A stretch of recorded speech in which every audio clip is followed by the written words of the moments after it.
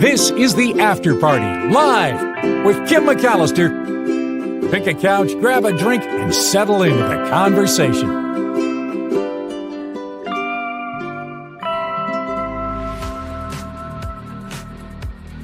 Well, aloha. It is the After Party live on a Waterfall Wednesday. I do know what day of the week it is.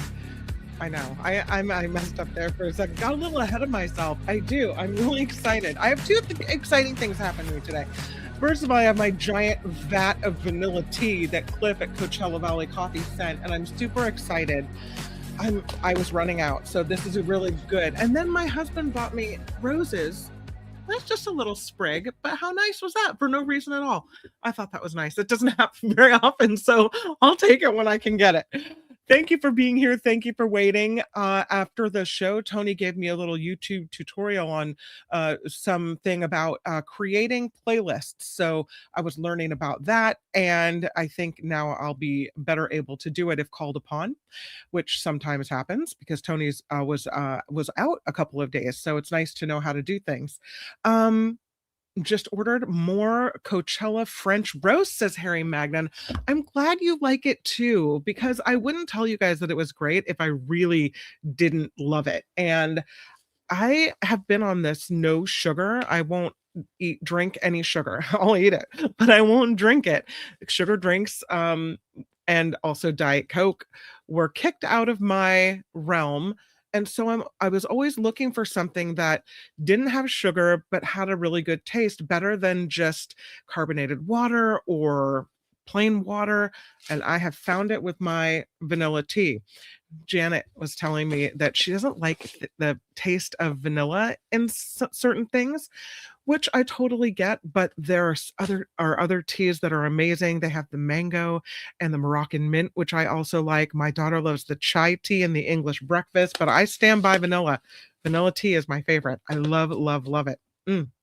Sandy says, I'm really curious about that vanilla tea. I guess I should place an order. You don't have to call and order the 5-pound bag. I think it's $13.95 for the tea, and it's loose leaf. So if you don't have the tea bags, get the tea bags there. I also will I have a little metal thing that I really, really love. Let's see if I can find it. I'll show it to you guys later, but it's just like a cylinder that you take a pinch of tea, put it in, screw the lid on, and then it sinks down into my giant cup, and it's good. So I do it that way. Rev P, love the Coachella Valley coffee. The holiday blend was divine. I wish I had ordered 5 pounds. I'm telling you. Ms. Organic likes their chai turmeric tea. Rev P says they have the best English breakfast tea. Julia likes that as well. Absolutely. It isn't, though. Sugar is not sugar. I interviewed the health director for the city of San Francisco's health department, who talked to me about the difference between eating sugar and drinking sugar.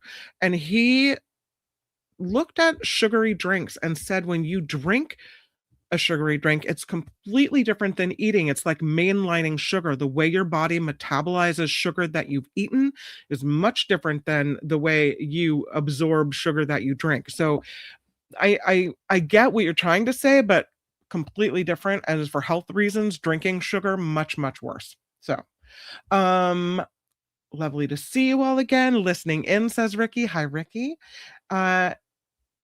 Kim, today is your day. It feels like it. I mean, I don't want to jinx it or anything, but it kind of feels like that's the truth. Okay, I do want to thank people for the contributions to the show. I can't even tell you how much it means. So appreciate it. The show is struggling along, it's kind of just staying the same amount of people, which I love because I love our community and I don't necessarily want that to change. But the costs also continue. So huge thank you to Wes for jumping in yet again today, as he did yesterday, with just a $5. And not just, it's a big deal, but $5 throwing it in every day really adds up. And I just have to tell you that I really appreciate it. Kathleen G set up a recurring payment in PayPal. Harold H did as well. Robin F. These are the most recent contributors to the show PayPal. You can find it in the show description every day and in the About tab. And I really can't tell you how much I appreciate it, from a couple bucks to, more. Every contribution is really, really important to keep this show going. So thank you, thank you, thank you. Please click like and please click subscribe if you haven't already. The other day, I asked people to click subscribe, and I think people had already subscribed and clicked it because I went down in subscribers. And then the next day, I went back up in subscribers. I don't know what's happening, but thank you for that. Susan says, I thought about trying that vanilla tea too. It does have it doesn't taste like anything fake to me at all, but it does have a little bit of sweetness to it, which makes it taste different than a regular tea. It is more of it would be called, I think they even say it on the website, more of a dessert tea, but I just drink it all the time. It doesn't have any calories. I just really love it. Let's see. Yeah. The tea doohickey is a steeper. Thank you for that. A tea steeper. Yeah. Orange apple juice preferred for low blood sugar, quick spike. Yeah, it's true. If you're looking for a sugar substitute, check out allulose. Look that up on the internet. ALLULOSE, allulose. Check that out because that's pretty good as well. Yeah, no aspartame over here. I had to kick Diet Coke to the curb because my sister told me she thought I was going to have a stroke. I was drinking so much of it. Monk fruit also is connected to allulose. So yeah, I hear you. We always use the loose leaf. We just put a pot of water, boil with the tea, and then use a strainer to pour into a cup. Oh, that's an interesting way to do it. Miss Organic says, I like monk fruit and allulose sweetener. Yeah, allulose it's said to be, and then I'll get into the show. I'm sorry, I digress. I'm chatty Cathy today, apparently. Allulose is said to be kind of a natural, what is it, the GLP-1 drugs, like a natural Ozempic kind of thing, in the way it allows your body to absorb sugar as well. But it's natural and derived from, I want to say raisins, monk fruit, that type of thing. I could be getting it wrong, but check out allulose. There's some videos I found on YouTube that of scientists that look at it and have done studies on it and talk about it. So I'm kind of getting into that at this house. Phineas says allulose is a naturally occurring sugar found at low levels in figs, raisins, wheat, maple syrup, and molasses. Aspartame, says Agent Kitty Feeds, is actually safe. There's a ton of fear mongering about it. I'm probably not all the rest of the chemicals in Diet Coke, so I don't know. Even Diet Coke in the 80s was gross. They've managed to get rid of the aftertaste since then. All right, I'm checking it out, says Blue Spark. Good, check it out. See what you think. Let me know. Send me an email. Kim@theafterparty.live is the way to get to me. Kim@theafterparty.live is the way to email me. And I did get an email from Julie D that I'll talk about in a little bit. And she's talks about this really interesting new, I'm not sure if it's new, but it's really interesting field of study called the microverse. So we'll talk about that in a little bit. But first, I did want to get to this one. I don't know if you have taken a look at what is happening in Hawaii, but they are having huge eruptions at, is it Mauna Kea? The rim of the crater, Old Crater Rim Drive. This is on Maui, at Kilauea volcano. My apologies. Hawaii Volcanoes National Park. This is on the Big Island. And there's some video that I wanted to show you of the eruption that is happening there. And we saw the other day on the Mark Thompson show the twin eruptions, but the eruption has launched rocks into the air. Crazy. It's crazy what's happening there. And it is not safe for visitors at this time. And so there was an incident at Hawaii Volcanoes National Park that sent visitors running for cover because of a rock storm. This is said to be really rare, but it was shooting rocks and debris in a dramatic way. And people that were standing a good ways away were getting pelted with these rocks. The incident happened before, apparently on January 24th. People were hiking up to go and see the eruption, lava shooting hundreds of feet into the air at Halemaumau crater. And then all of a sudden, rocks started falling from the sky. At first, they were small rocks, and some of them apparently seemed to be floating because they weren't solid rocks. They were tephra, Tephra. Those are rock fragments that are made of ash, pumice, and volcanic glass. And within seconds, the size of the falling debris began to increase, and the rocks were the size of doorknobs, and then grapefruits, and then soccer balls. The visitors started covering their heads and running down the trail back to their vehicles. The massive chunks of tephra dropping from the sky.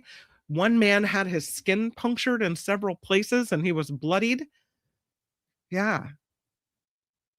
And if you're hit by tephra, it can create some pretty serious health hazards.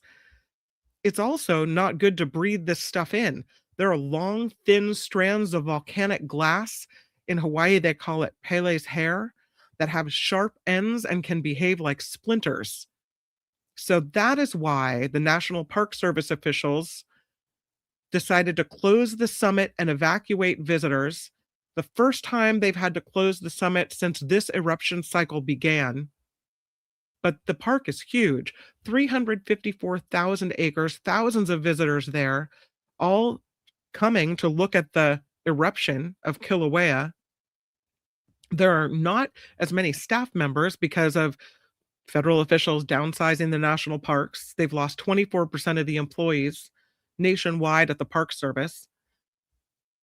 And a significant number of staffers at the Hawaii Volcanoes National Park have been taken out, either by buyout, left the Park Service because of the policies, fired, what have you.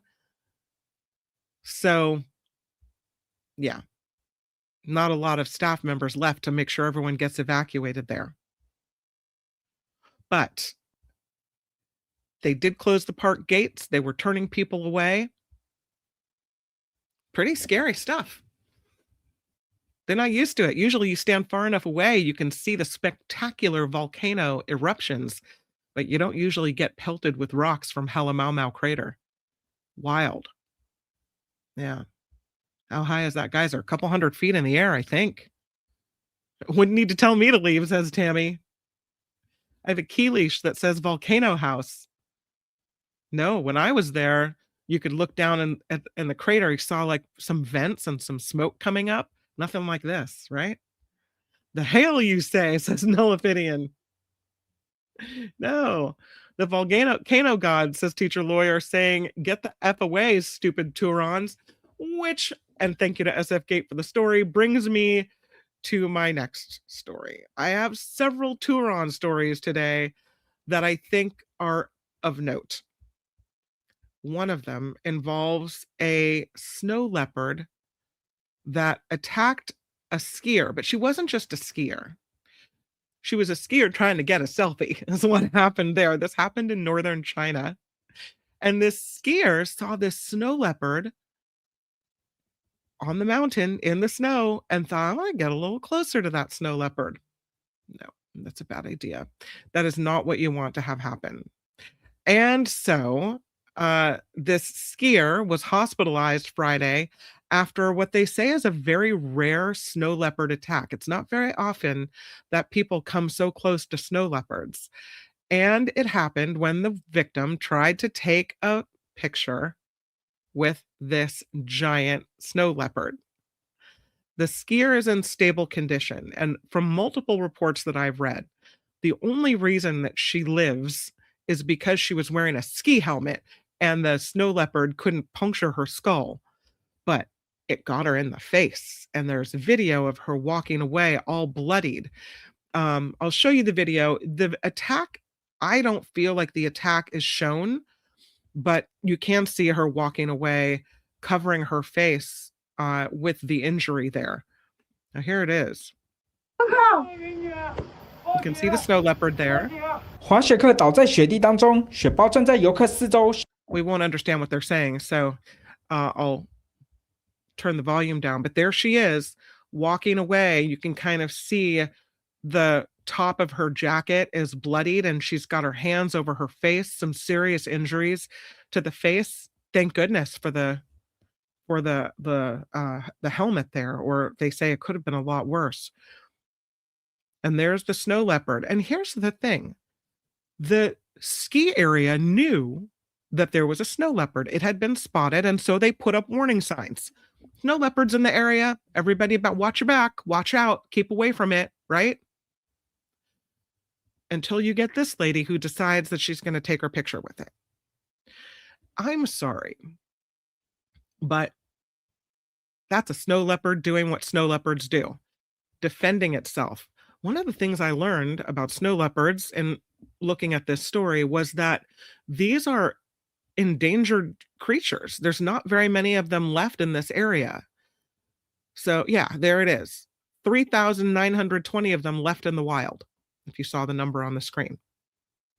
And so it needs to not be close to humans. It needs to defend itself from humans. It needs humans to stay away from it, is my thinking.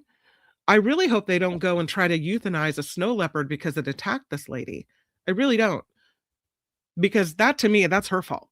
You don't get close to wild animals like that. Absolutely not. No.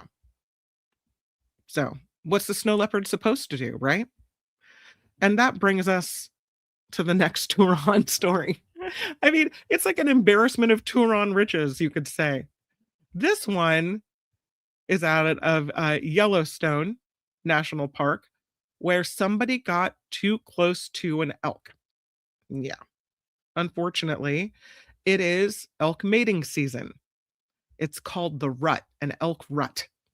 And one tourist was visiting Mammoth Hot Springs in Yellowstone, suffered some minor injuries when this elk bull caught this guy standing a little too close.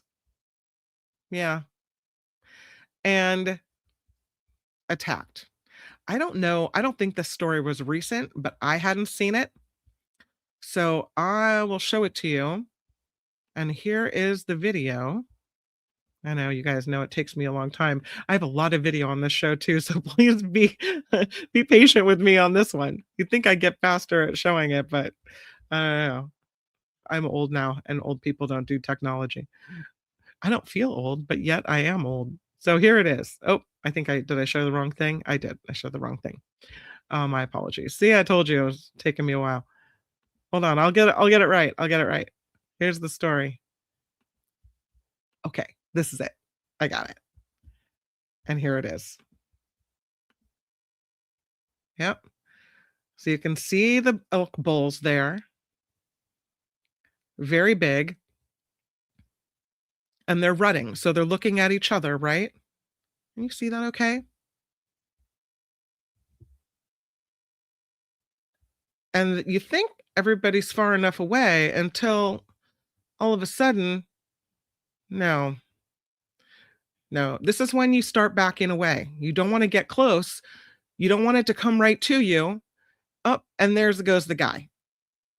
Now, the elk came to him in this situation, but when you see that elk trotting across the street, get out of the way. This is a wild animal in mating rutting season. Come on.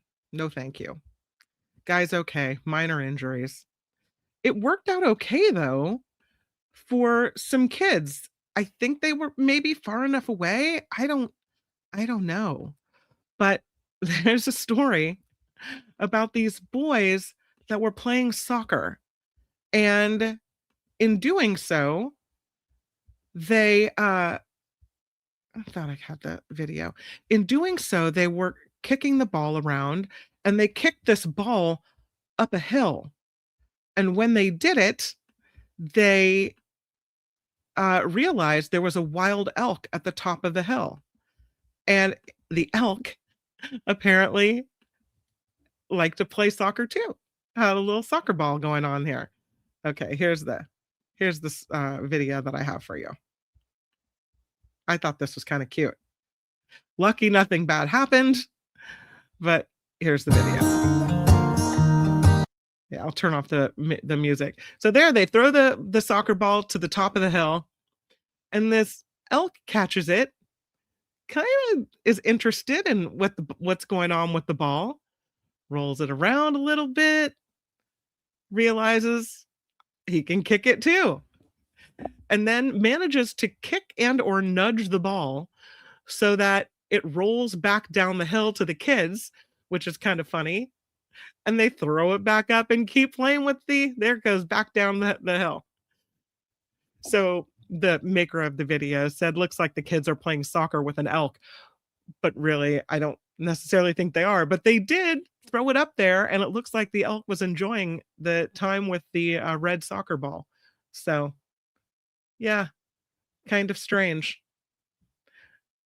Not something I would suggest, but there it is. They're just playing soccer back and forth, back and forth. So in that case, the elk playing worked out really well. Yeah. Going to the chat. Yeah, fun stuff. I've heard of being in a rut, says Nullifidian, but that is not what I meant. No, it really isn't. And then, how about this story, which is a local story to San Francisco and ABC7, but actually made it all the way to become a national story. There's a reporter at ABC7 that was doing a story about the mountain lion that was caught finally in San Francisco. And in the middle of this live shot on the story about the mountain lion in San Francisco, she is standing there doing her report, and a coyote walks right behind her. Here, take a look. I have it. Here it is. Okay. I might get dinged from ABC7 on this is our wild video segment. Look at that coyote go behind our reporter Frances right there during her live tag. That's so... Look at it. It's just like, hey. There it is, just going right along. It's so funny. Right after I turned to you and I said, was that a coyote? But and I thought it must have been a dog. That's what I... Look at it, right there behind her. So that was kind of amusing. Yeah, they said your eyes do not deceive you. That is a coyote on live television in Pacific Heights, just wandering right behind the reporter in the middle of the street. Looks like perhaps at dusk. The live coverage involved the capture of the cougar in this neighborhood. And that's what happened. This coyote just calmly strolling by, walking right through the shot. And then, of course, it becomes a national story because of that. The 2-year-old mountain lion who was seen roaming on the San Francisco streets was captured and will be okay. It was a 2-year-old 77-pound male, first seen late on Monday, additional sightings on Tuesday around Lafayette Park, and eventually it was located in between buildings on California and Laguna and Octavia. They closed down streets. They managed to use tranquilizer darts to secure the mountain lion, and the plan is to release it back into the wild. But with the mountain lion and the coyote both in the news in this story, it's being called an example of San Francisco's coexistence with wildlife. So, yeah, thought that was interesting too. I have a story about more wildlife. It's a bonanza of wildlife on this show today. And this one involves these red stinging jellyfish that have shown up on a beach in Australia, Melbourne, as a matter of fact. And here's what they look like. Here's what a couple of them look like. So, and they're everywhere, all over the place. As a matter of fact, I think I have video of this as well. Just crazy how many. It's called a gelatinous horde of red stinging jellyfish that has washed onto the beaches of Melbourne, Australia. Swimmers are being warned. Steer clear if you see these guys in the water. They are technically called lion's mane jellyfish. They are in the shallows. They are on the sand from Port Phillip Bay to Altona in the west to Blair Gowrie on the Mornington Peninsula. A bloom of this size said to be a rare event last seen about 4 years ago. So there's a lot of these guys. I mean, okay, I have video that I have to show you. Because on one hand, they're beautiful, but they're not beautiful if you happen to be surfing or swimming out anywhere near them. Yikes. Let me make it bigger. I mean, look at them all. Take the picture down. Look at all of those. That's a lot of red stinging jellyfish, or as they call them, lion's mane jellyfish. So don't know how long it's going to be that they will be hanging out in the waves in this area or in the shallows in this area, but wow, that is definitely a horde. And it's so peaceful to watch them, and also a little bit scary.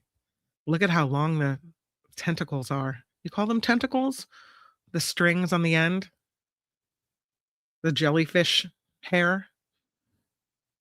I think they're tentacles. Stinging tentacles. How long. And also peaceful at the same time. So that is happening in Australia. So cool to watch them move like that.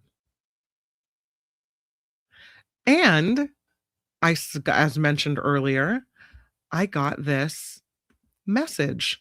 This message is from Julie D. And she writes on Global News Tonight, their story was about a microbiologist in Montreal who was exploring the microverse. They interviewed Chloe Savard, and she showed several pictures of microbes from butterfly scales, milk microbes, human tears even. She said, oh my goodness, she's on Instagram as Tartababe. She doesn't know how to look it up on Instagram. But she encouraged me to check it out. She said it's so amazing and it would be perfect for the show. So check it out. I did. And thank you, Julie D, for taking the time to send the story my way. And so I will run this report, even if I get dinged. I'm telling you, I think it might be worth watching. So here it is. Let me share it with you, and we can see what Julie D is talking about in these close-up pictures of the micro-universe. Savard likes showing people what they can. Here we can see some butterfly scales. Chloe Savard likes showing people what they can't see. It's like a world that is unseen, and it's pretty magnificent. The magnificent world of microbes.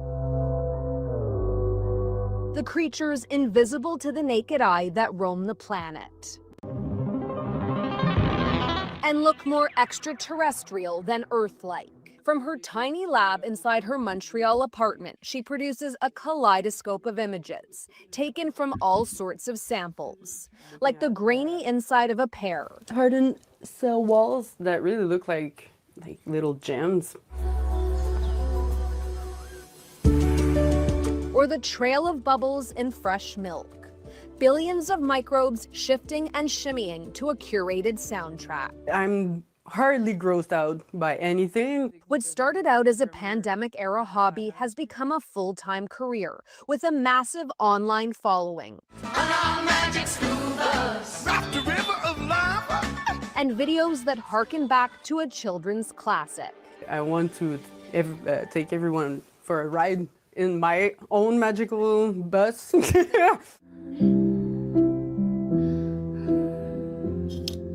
This is one of her most viewed posts. The leaf-like patterns are really her own tears drying as the salt crystallizes. It was like a hard pass in my life, but I guess I made something positive with it. Savard's favorite animal under the microscope is the mighty tardigrade. You're a mean one, Mr. Grinch.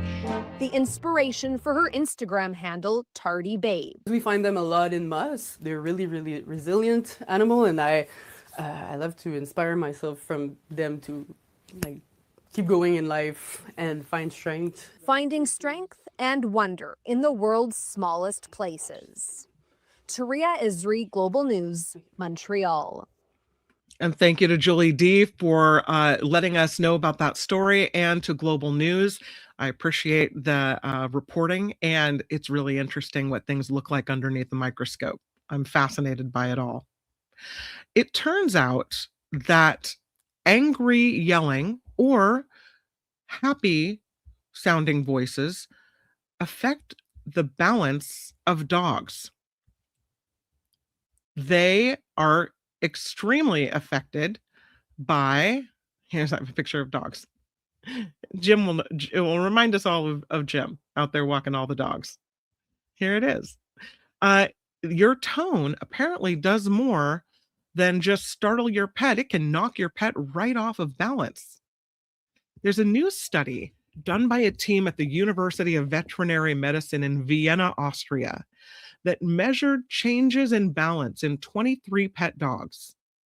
They measured the balance when the animals heard both happy and angry human voices.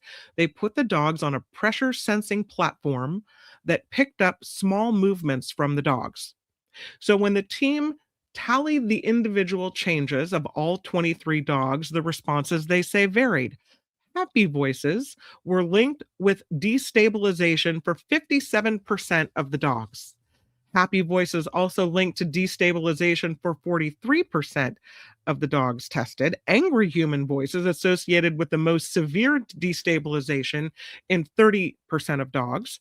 70% did not show any changes to their balance. But the team says the findings suggest that both happy and angry human voices can trigger an emotional response that affect a dog's balance. They did say the sample size was pretty small, so they'd like to do more research, maybe with a larger sample of dogs. And they'd also like to look at whether an animal's prior experience could affect its reaction. So if it was always yelled at in a scary situation, that perhaps that would be more of a dog that would be affected. They do say that they are looking at whether freezing in response to happy voices could be related to waiting for humans to approach. One thing that they did note is that the stable posture that dogs have help them to run without falling. And if they're trying to maintain stability, the muscles rely on visual cues and the body's own sense of position. And that not many studies have examined how sounds affect animals' posture and stability. But so many of us have dogs and animals that I thought that might be something fascinating to look at. All right, are we ready to take a look at Waterfall Wednesday? Waterfall Wednesday. I have the top 10 waterfalls in an area of Borneo. This is called Sabah, Sabah, Sabah, Malaysia, Borneo. And these are the top 10 waterfalls in Sabah, Malaysia, Borneo. Number 10 is about 23 feet high, and it's called the Kiansum Waterfall. The Kiansum Waterfall. It hits number 10 on our top 10 list of waterfalls today. And here's a look at Kiansum. Again, this one is 23 feet or 7 meters high. It's the smallest on the top 10 list, but it's also the most famous in this area, the most accessible, and it's the most visited waterfall in Kota Kinabalu City. And everybody loves it. So that is why it makes the list. The next one is called the Gelas Waterfall. It's number 9 on the list, and it is in the Tawau Hills Park in the city of Tawau. And it is a wow, as a matter of fact. It's pretty tall. It's about, I'll say 40 feet tall, but it's multiple streams of water rushing down There it is. That is the Tawau. It is situated in Tawau Hills Park, which is a lush rainforest zone and a source of 5 rivers. Hiking is said to be a pleasure, and then you can also soak in the sulfurous hot springs in the park as well. The next one is called Tawai, and it is 311 feet tall. This is a big one, a big rushing waterfall. There it is, the Tawai Waterfall. Gorgeous. Again, 311 feet. It's the least known waterfall on the list, but it's so spectacular, they say it'll blow you away. It's right around the Borneo pitcher plant. Apparently, the biggest TV network in Denmark is called TV2, and they've used this waterfall for filming one of their shows called Girls Off the Beaten Track. So if you've seen that, this is the waterfall from that show, the Tawai Waterfall. Number 7 on the list is called the Madai Falls, and it is the Madai. Well, there's more than one. They are pretty tall as well. Here's a look at the Madai Waterfalls. It's so peaceful and green in this area. Check that out. The Madai Waterfall is 131 feet tall. It's, they think, probably the first waterfall in Sabah visited by a human, maybe 28,000 years ago. Archaeologists say this Madai has the oldest human settlement of Sabah. So, there's a lot of people over the course of time have been enjoying this. It is in the Madai Baturong Forest Reserve in Kunak, Malaysia, Borneo. 131 feet tall, this one. This next one, not so tall, it's called the Fairy Waterfall. Sweet name, number 6 on the list. And it is a sweet little waterfall. Looks like a nice afternoon out to check out this one. There it is. You can see the ladies at the bottom of the Fairy Waterfall. It's 89 feet high. It's located in the Donum Valley. It's hiding deep inside of the 130 million acre Borneo rainforest of Danum Valley. They say it might not look super impressive in this picture because it was right after a drought, but the Danum Valley is going to be nominated as the next UNESCO World Heritage Site of Sabah and Borneo. So that's the Fairy Waterfalls. The next one is called the Phaephukan Waterfall. Phaephukan Waterfall. And here is a look at Phaephukan. It's kind of like a mini Niagara, I would say. Take a look at that. It's pretty beautiful. This is a long hike. You've got to trek from right to the heart of Borneo. It is the most remote and the least visited waterfall on the list. There's some camping that you can do right next to the waterfall, so you can listen to the crashing water at night. And there's blooming Rafflesia around there, so local flora and fauna. Beautiful. Phaephukan Waterfall, 66 feet tall or high in Long Pasir, Borneo, Malaysia. And the next one on the list is called the Mahua Waterfall. It's 55 feet tall in Tambunan, but it sure is pretty to see this waterfall crashing down and then to see the water rushing in a stream away from it all. And there it is. And again, that is the Mahua Waterfall, part of the Crocker Range Park. It is protected as a water catchment area, so you can enjoy cooling and refreshing water from a clean mountain stream. So beautiful. Ooh, the power just went out in my house.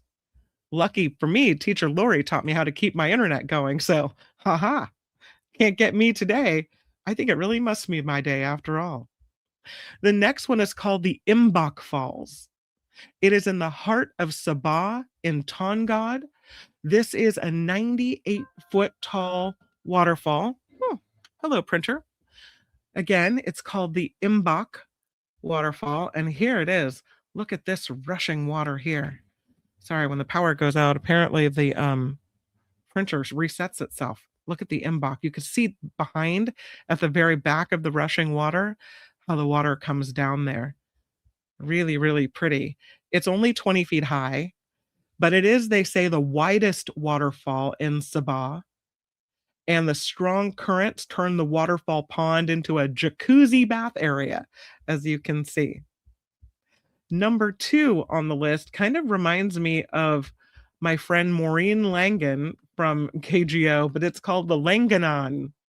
This is the Langanon waterfall, and it's really pretty as well. This is number 2 on the list. It's in Poring, Kinabalu Park. It is 394 feet high.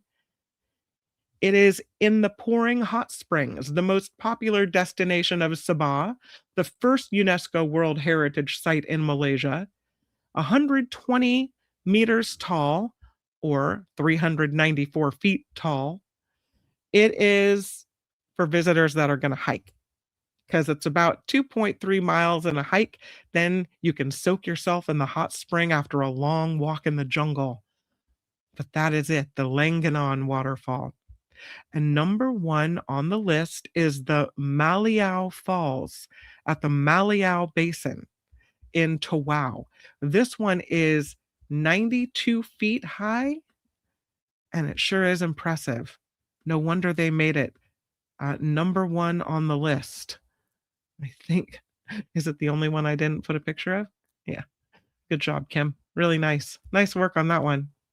Let me save a picture of it and show it to you. The Maliao Falls. Maliao. All right. It is a 7-tiered waterfall in Maliao Basin, Sabah's lost world. To see it, it's a 2-day long hike. So it takes a long time to get here. And I have a picture of it.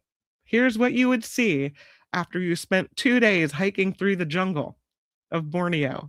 It's pretty impressive, right? No wonder it's number 1. 2 days of treacherous relief and pass through miles and miles of dense, pristine forest, and finally you make it to Maliao Falls. 92 feet high. That's the height of the highest tier you see on the top there.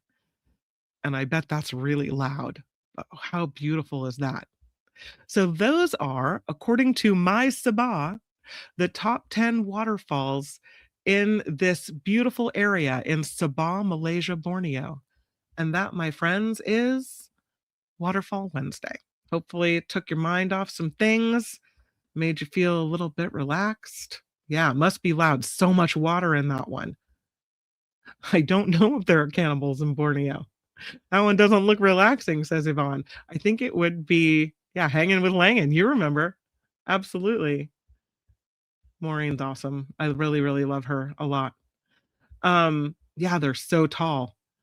Beautiful. And the hot springs. Absolutely. So Borneo apparently has a lot going on.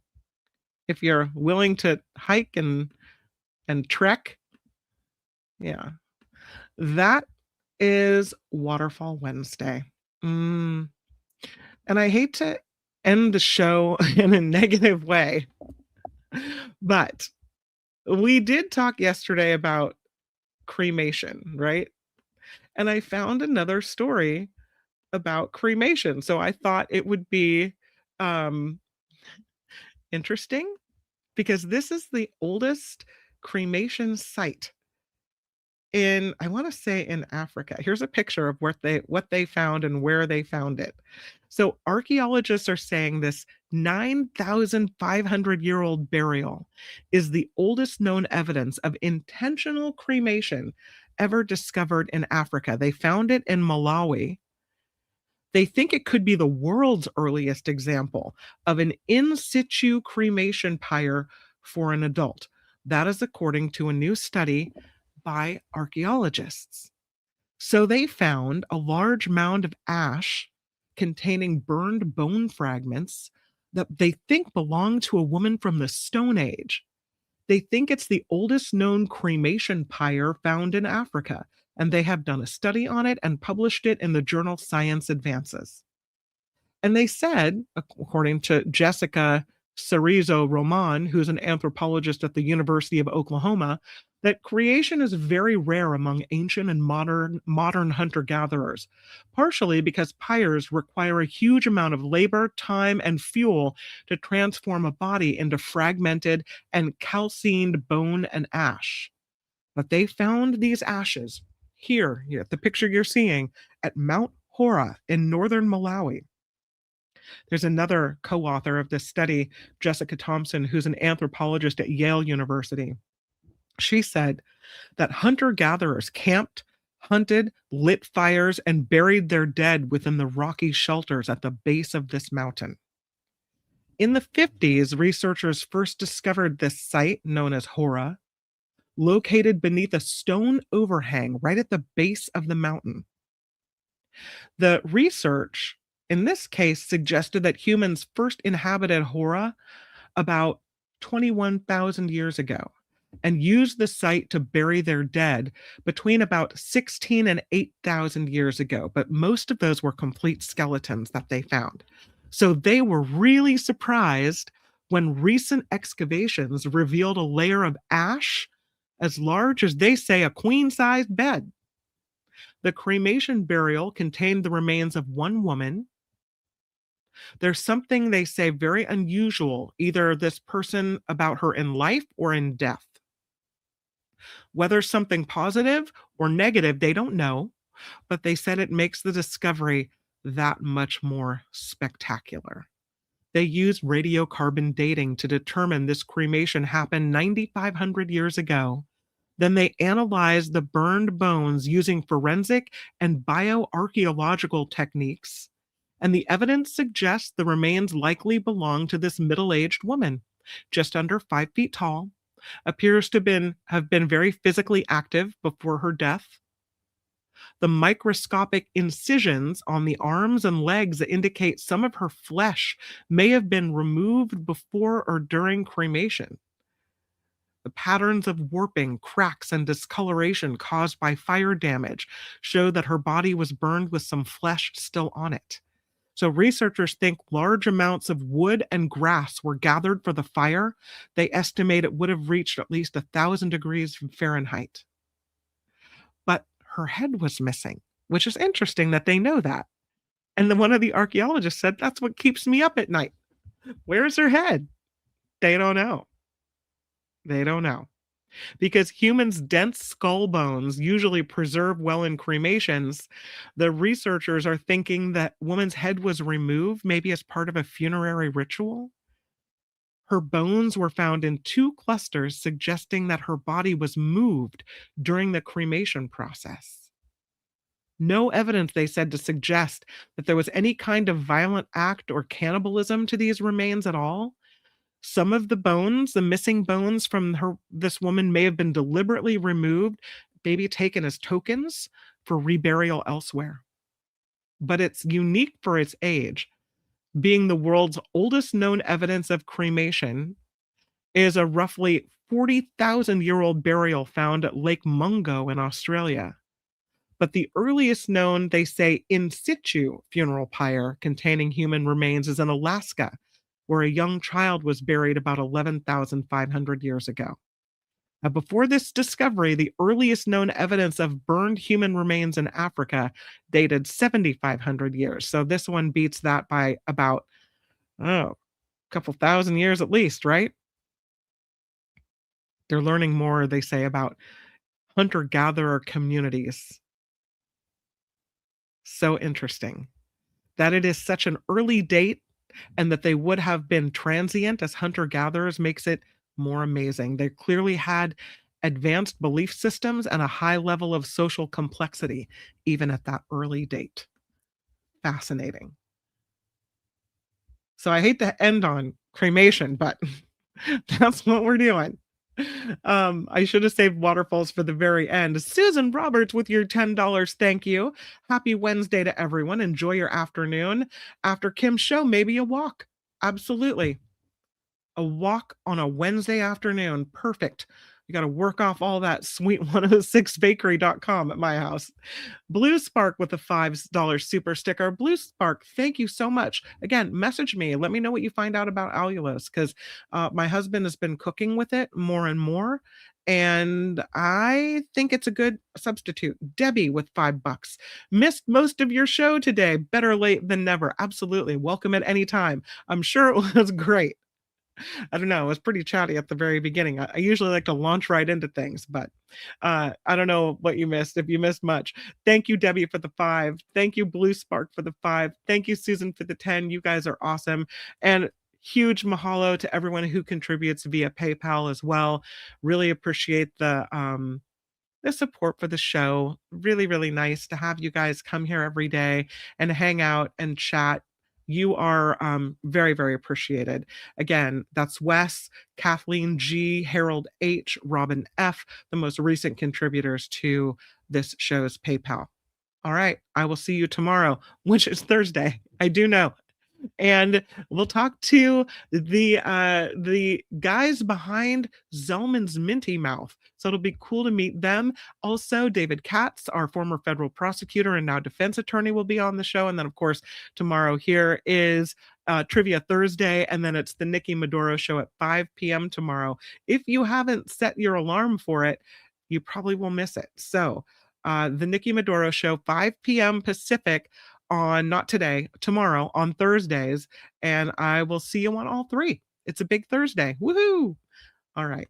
Have a great rest of your Wednesday. Make it the best that you can, and I'll see you right back here tomorrow on YouTube. Bye. The After Party Live would like to thank the following contributors and viewers like you.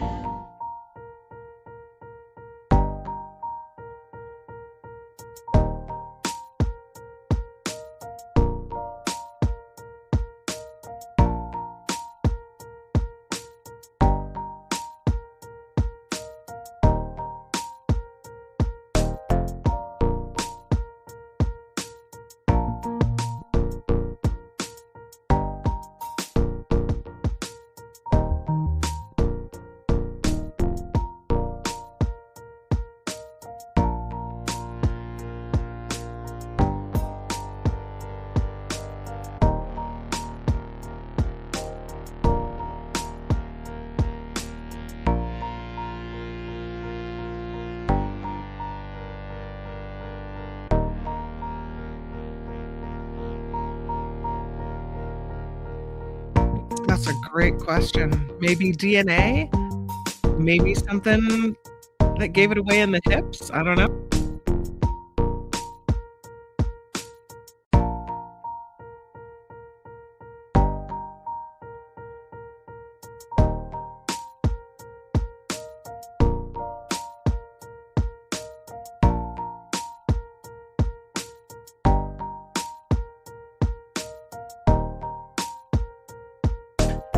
Sorry, Mindy.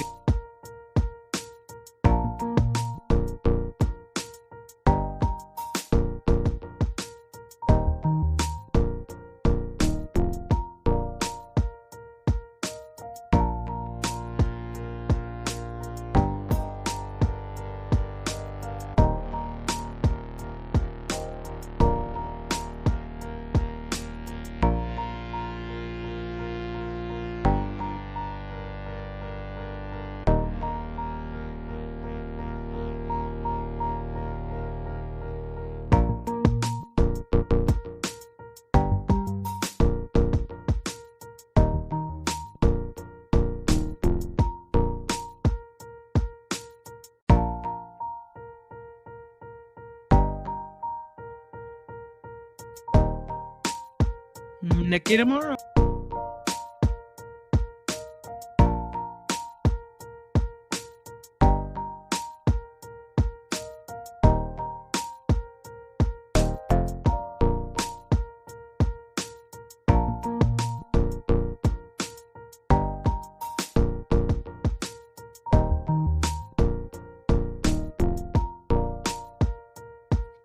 It's my fault. I did that to you. Right? I'm sorry. Thursday is tomorrow, and trivia will happen tomorrow. Now it's just pushing this week right along.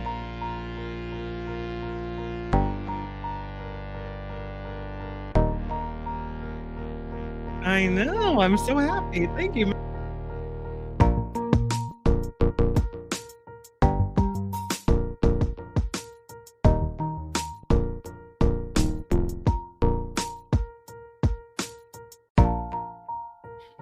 Is it? I believe it is. No, I don't believe it is.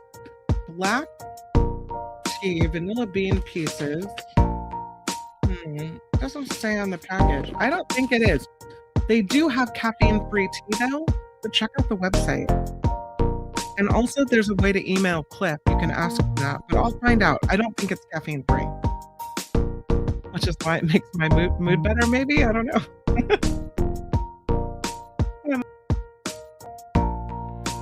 Hi, Susan. I'll do some research too, Sandy. Hopefully I'll be able to tell you tomorrow. No selfies with the jellyfish. 100%. No, not those.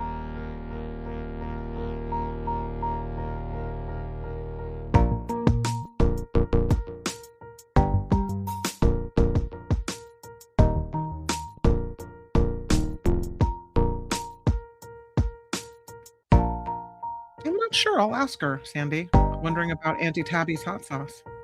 I know they had to stop making some certain, because of supply issues, they had to stop making some flavors, so I'm not sure. But as happens, sponsors come and go, so we're grateful to have had them for a while. Peace out, Zero Sum. Have a great day, everybody.